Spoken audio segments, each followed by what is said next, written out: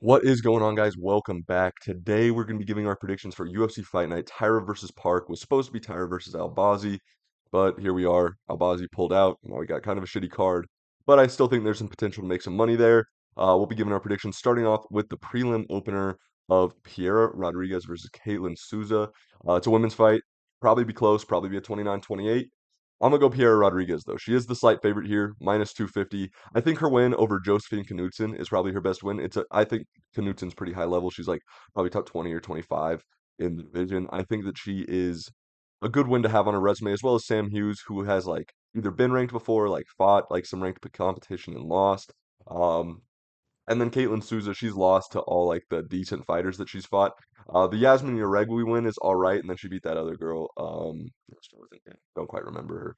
But she's lost to Angela Hill. She's lost to Karini Silva. So the ranked girls beat her. I don't think Pierre Rodriguez is ranked level, but I do think that she proved that she's probably in like that top 25. She's maybe like a Drew Dober level of the women's strawweight division. And I think she's going to win this by 29-28 decision.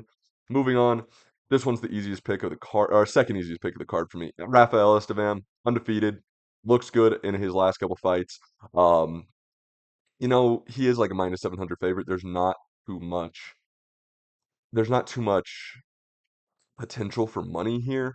But I do think that he could finish this fight. I do think he can win this fight by decision. He has multiple paths to win this one. But I think I'm going to take him by like second round submish. I'm feeling that. Felipe Bunes is kind of a can. He's 33% of his fights he loses. That's not a good record. Rafael Estevam, undefeated. I think he keeps that for a while until he hits the rankings. He's pretty solid. He is a lock of the card for me, and pretty much for everybody. He's a massive favorite. But he is one of my locks of the card. Moving on. Austin Bashi versus John Yannis. This will be my second lock of the card. Austin Bashi, he ran into the prospect killer in his first UFC fight. Um, it's just not the fucking matchup that you want. Christian Rodriguez beat the fuck out of him, and it's just not what you want to run into. C-Rod is the prospect killer. Austin Bashi is good. He's pretty high level. He looks like that kid at your gym who fucking takes up 35 minutes on the fucking cables when you're just trying to get your last workout in. Look at the fucking hair on this one. But John Yannis taking this on short notice is not super high level. This is going to be an easy win for Austin Bashi, who I believe usually fights at bantamweight. And I think they had to take this one because he's taking it on short notice at 145. I could be wrong. I think Bashi is usually a bantamweight, though. I'm not a million% sure, but if I remember, he's supposed to be a bantamweight. But yeah, 13-1. He was a really hot prospect coming into the year, and then just ran into the wrong guy in his UFC debut. I think he's going to make this one look really easy. Like I said, he is my second lock of the card. I don't quite know what the line looks like on this one, but I'm going to be picking Austin Bashi by either ground and pound TKO or submission in the second round. Moving on. Nick Klein versus Andre Pulayev. This is the coin flip pick of the card. They are split odds, minus 110 each. I'm leaning towards Pulayev. I think that he's just fought a little bit better comp, and I think that Klein's a little over the hill. I think Pulayev could mix in the grappling a little bit more than Klein. I just don't, I think Klein's really not that good. I don't think either of them are that good, to be fair. I'm not going to be betting on this one personally, and I'm not going to really advise anybody to bet on him. But I'm going to be taking Pulayev by probably like a decision. I could see him maybe getting it done by like a finish on the ground, but I'm just going to be leaning for the decision for Pulayev here. I'm not too high on Nick Klein. I think he's probably like the lower level of the middleweight division. I think Pulayev is too. I think both these guys are both a couple fights away from maybe getting cut. I don't think either of them have much to offer the company. Um, but yeah, I'll be picking Pulayev. Moving on. My first underdog pick of the card. This is not my underdog pick of the card, but it is one of my two underdog picks of this card. Sean Gore. I like Sean Gore. I think he's really good. Obviously, he's lost in his last fight to Marco Tulio, who I actually am very high on. I think he's good. Sean Gore dropped him in that fight. Obviously, kind of got styled on, but I think Tulio is just like a higher level. I think Tulio will hit the rankings probably by the end of the year.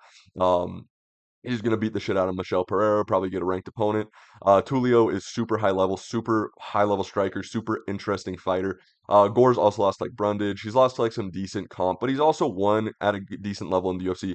I think that Rodolfo Vieira is just a journeyman. I don't think that he's ever going to really be anything. Whereas I could see Trayshawn Gore at some point hitting like the bottom of the rankings. I am a big Trayshawn Gore fan. I'll not only be rooting for him, but I will be picking him to win this fight. And I think he could knock him out. I don't think that Viera is that good. Obviously, people are trying to do the MMA math, say like, oh well, Trayshawn Gore lost to Brundage. Brundage sucks, and Viera like beat Brundage. So obviously, no, I'm running with Trayshawn Gore. This is my guy. I love Trayshawn Gore. I really hope he gets this one done. He missed weight by like 4 pounds almost, and everybody was shitting on him like he misses weight all the time. This was his first weight loss, first weight miss of his career. Fucking ease up on the guy. But I'm pretty high on Trayshawn Gore here. I think that he's gonna get it done. He is like a plus 180 dog, so there is good potential for some bread there. I think Vieira is just like a old TRT'd up dad. He's obviously not probably on TRT, but he's got that TRT dad physique. Whereas Trayshawn Gore, he's really lean, really powerful, and I just think he's got it. I think he's just at a point in his career where his back's against the wall. He has a lot to lose. Whereas Vieira, he's never gonna really be anything. Like he is a journeyman, and I think that Gore, like this is the level that Gore beats. I don't think that he beats like maybe like the Jung Young Parks of the world. He'd run into some issues, um, or maybe even versus like I think he could even I think Krayshawn Gore would be a tough fight for Shara Magomedov. Honestly, I think he'd be a tough fight for like a Michelle Pahea. I think that he'd lose to like the guys who are really good right outside the rankings, like Abus, who's like 15, Joe Pyfer, maybe Kelvin Gastelum. Those guys would be a tough fight. Like I said, the Iron Turtle. But I think that the Rodolfo Vieiras of the world are the guys that Trayshawn Gore beats. I think that Trayshawn Gore is improving. He's just getting bad matchups, and I think this is finally a winnable matchup, and I think he's going to win it. Moving on.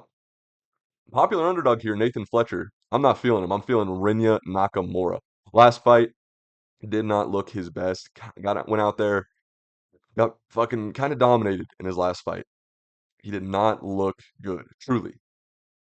But I think he's gonna get this one done. I don't think that Nathan Fletcher's that good.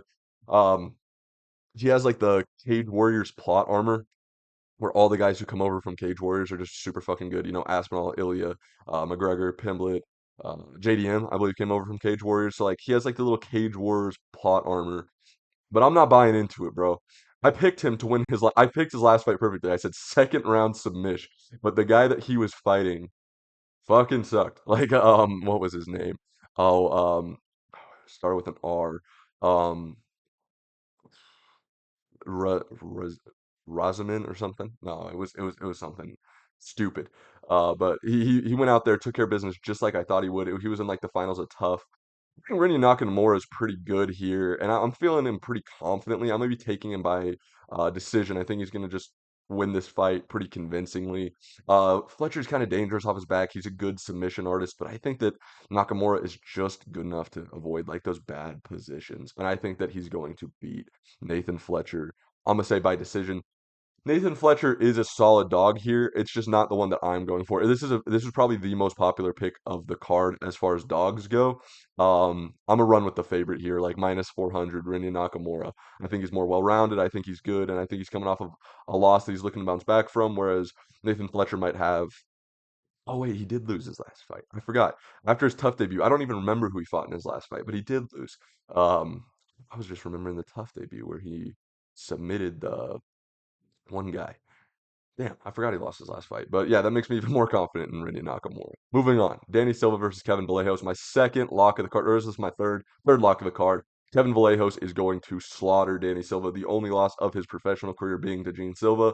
And hey, he was real young, real green when it happened. He's coming for Gene Silva again. I love Kevin Vallejos. Massive Kevin Vallejos fan. Danny Silva's not a bad fighter by any means, but Kevin Vallejos is one of them ones. I could see Kevin Vallejos having a belt sometime in the next 5 years. I think that Kevin Vallejos is fucking legit as they come. I think if he gets the right amount of UFC experience, I think he could beat Gene Silva in a rematch. I think that that's a very interesting storyline at featherweight. And I think that we just keep getting him wins under his belt like this, and then he hits the rankings when because he's pretty young, man. When he's maybe like 27, he hits the rankings and he's on a crash course for Gene Silva, who might be champ at the time. Perfect. There's not much to talk about here. He is going to kill Danny Silva. This is the lock of locks, the fucking mega whale lock of the fucking world. I'm running with Kevin Vallejos on every one of my parlays, no matter what the odds are on him. It'll just be a good boost to your parlay because I will guarantee that this guy wins. Kevin Vallejos is my lock of locks of the card. I think Kevin Vallejos is free money. He's so fucking good, dude. Kevin Vallejos is going to track down Gene Silva, and he might just beat him when he gets there. Moving on, Neil Magny versus Alesi dos Zaleski dos Santos. Unk versus Unk matchup here, right? Man, I have seen a lot of like Neil Magny's a dog here, and I think that it's really solid value. Like, but Zaleski dos Santos is like really solid, both coming off of losses. But we're talking about Neil Magny coming off of a loss to Carlos Prates, man.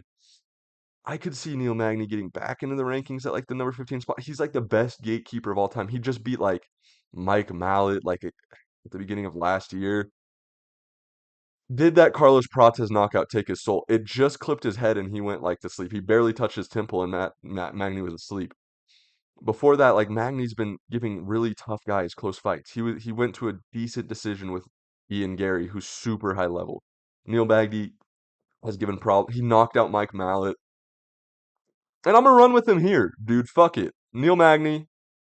Talk to Neil Magny. I was at a fucking karate combat. Talk to me for like a minute. Cool guy. I'm picking Neil Magny here, dude. Alesi Zaleski is the favorite. So honestly, the value is here for Neil Magny, especially in an Unk versus Unk matchup. He's gonna outsize him. I think he's a little bit more technical. I could see him just giving him problems just overall. I don't think that Dos Santos is all that good himself. Like he's a tough fighter, but he's not like ever. I don't think he's ever gonna be. Obviously now he's already old and over the hill, but like I've never seen him as one of those guys who's just ranked level. Whereas Neil Magny is like the definition of ranked level. Like he's the gatekeeper, the guy. Um, I think he's better than some guys who are in the rankings right now. I think he'd beat Gabriel Bonfim. I do. I think that he'd give some guys in the rankings a tough fight.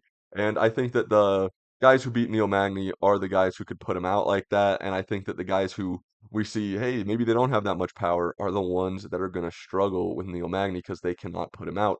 As we saw with Mike Mallet, the little soy boy from Canada. I stand on guard for thee. Like that fucker could not put him out, so he lost the war of attrition, got knocked out in like the final minute. I don't see Alesi Zaleski putting him away. He could. The people who are picking Zaleski obviously got to be picking him by knockout here because I don't see a way that he wins a decision over Neil Magny.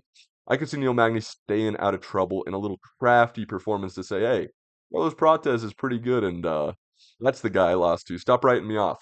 I shouldn't be an underdog here. Give me Neil Magny. This is my second underdog pick of the card. And here is the underdog pick of the card, bro. Nora Cornolle, bro.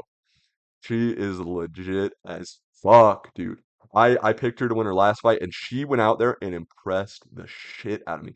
She she submitted that last girl she fought. I believe it was on a Paris card, and I was like, dude, she is legit as fuck. Um, I won't lie, I didn't know who she was before that one, but I watched a little bit of tape. I was like, dude, she's pretty good. I'm a picker. Picked her. She was legit as they come, dude. I don't keep up with like women's MMA to the level that I do with like men's. Like I can name like if it's a guy who's on the roster, I could probably name him. If it's a woman who's not ranked, I have to go watch some tape for him. Like I like some of them I keep up with because I've already like maybe watched their contender series or stuff like that. But Nora Cornolle came out there and shocked me last time. I thought she looked amazing. Picked Carol Rosa to beat Eileen Perez. That was kind of a hate pick. I really fucking hate Eileen Perez. She is a bot. She is the decline of a Western society. She's a good part of that. So fuck her. But you know, she went out there and she dominated Carol Rosa. I don't think Carol Rosa is all that good. Um, she doesn't have like any craftiness to her. She's not really that just good at anything. Whereas Nora Cornolle is a fucking ungodly grappler. Like she is a fucking python on the ground. I'm picking Nora Cornolle by the submission. This is my underdog pick of the card. We're gonna keep the streak going.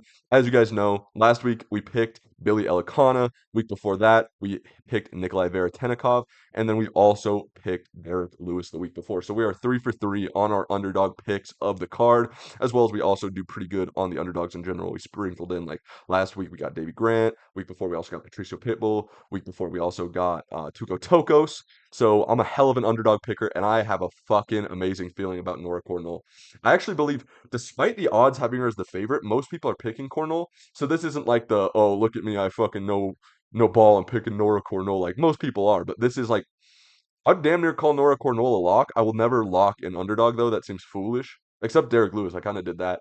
Um, So fuck, I guess I could just lock Nora Cornolle. But I already got 3 locks. And I'm just picking her as the dog pick of the card. I think that Cornolle is super high level. I think that she's going to go out there, dominate Carol Rosa, and choke her out in maybe the first or early second round. I think that Carol Rosa has nothing for Nora Cornolle. I think that Cornell's really good. Carol Rosa's a journeywoman. She's like 31 too. She's like not that old, but I like when you can't beat I like when Eileen Perez dominates you in the grappling, what the fuck is Nora Cornolle gonna do? Who I think would kill Eileen Perez. I'm picking Nora Cornolle by second round submission, maybe into the first. I think that Cornolle is super high level. One of my actual favorite prospects in women's MMA. I keep up with her. She's legit. Next up, another easy pick here. Estevam Ribovics. Not much to talk about here. Looked good versus El Huber. Lost his last fight. Didn't look his best. Um, fuck it, dude. Brener sucks. I'm picking Ribovics. Like everybody's picking Ribovics, right? Like I have not seen anybody else be like, oh, dude, Elvis Brener. He's getting it done. Like fucking no, dude. Look at this blockhead. He's gonna get fucking killed by Estevam Ribovics.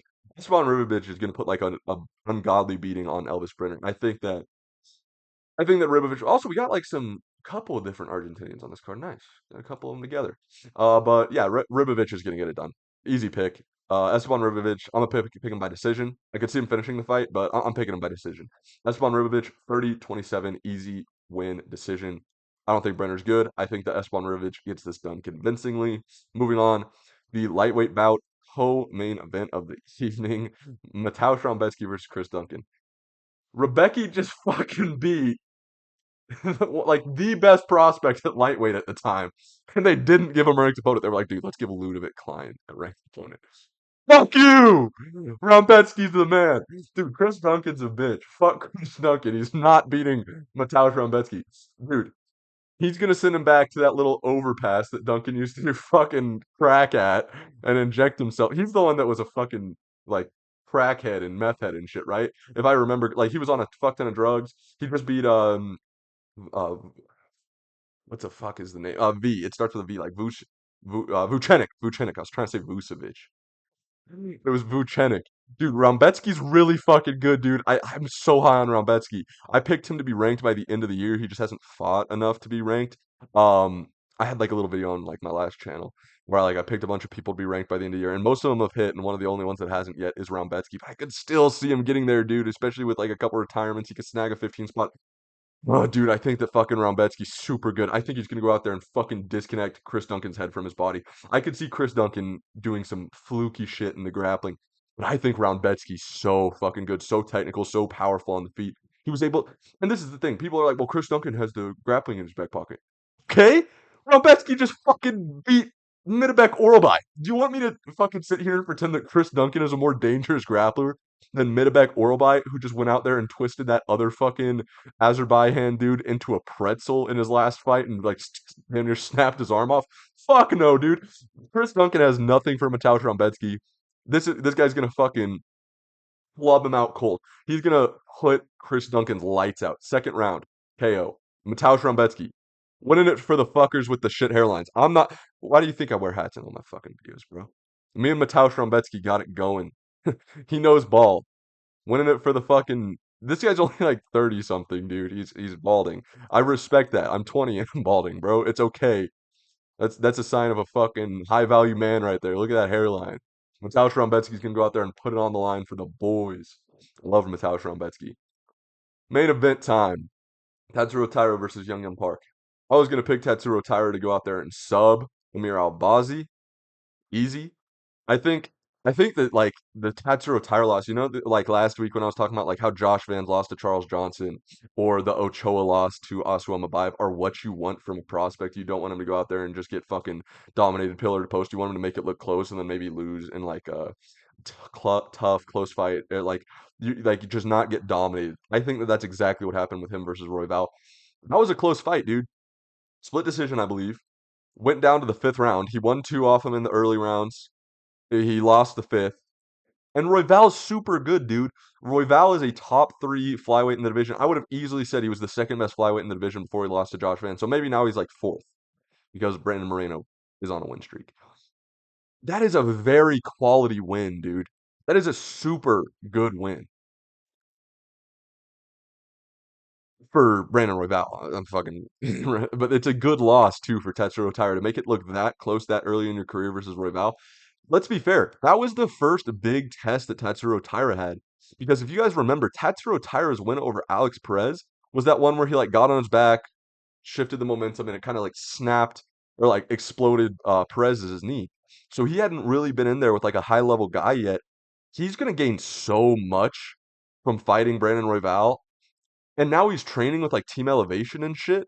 He was out there doing rounds with Chepe Mariscal, rounds with Justin Gaethje, rounds with I believe he got some in with Brandon Royval himself. Who knows? He maybe got in there for a fucking couple minutes with Curtis Blades. You know, they were probably in the room together. But no, I think he's gonna look like I think that this is gonna be the best Tetsuro Taira we've ever seen. I think he was super good before. When you lose and if like you get so many reads, so much experience from a fight where you go with a guy who's challenged for belts, the guy who was the number one contender, where you go to fucking war with that guy and you barely lose, like it's a close ass fight. He definitely lost. I scored it for Royval, but it was a close ass fight. Whereas Hyung Young Park, I just don't see it, dude. Hyung Sung, my bad. Hyung Young Sung Park. Did you know that China and Japan are actually different countries? Fucking, I was watching that episode of South Park last night. Perfect timing. Did you guys see the guy at the fucking media day who was like, "How does it feel to be fighting fellow countrymen?" What do you guys think about Kai Asakura? He's just sitting there like, I am not Tatsuro time. Like, fucking. But anyways, he's 3-0 in the UFC.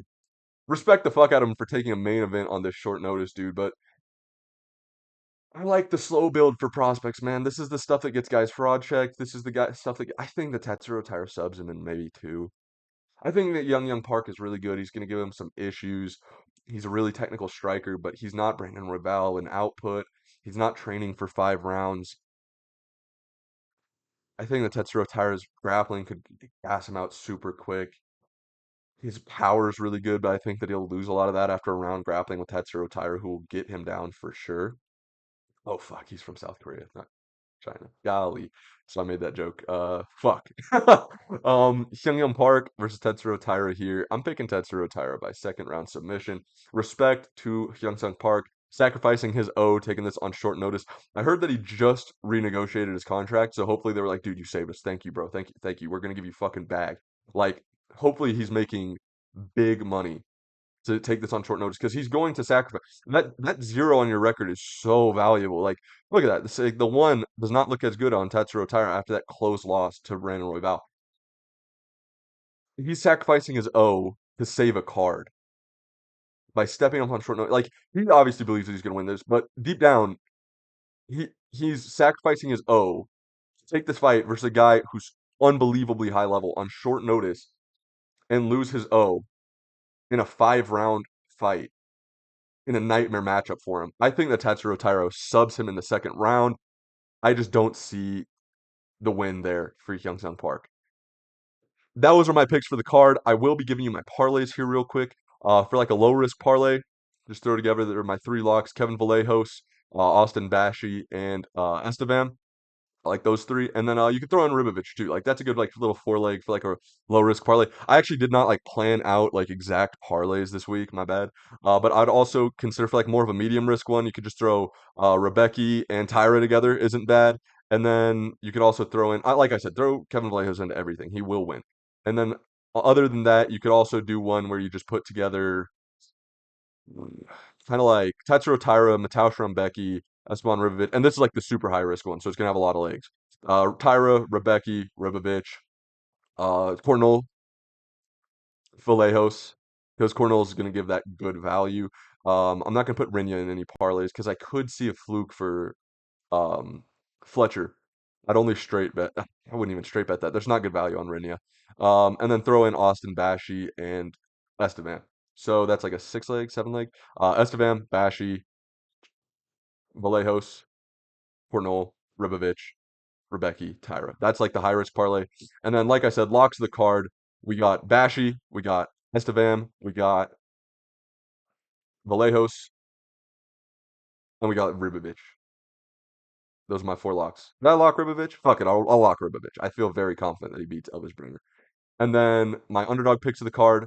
Nora Cornolle is the underdog pick of the card. This is our Nikolai Veretennikov. This is our Billy Elikana. This is our Derek Lewis.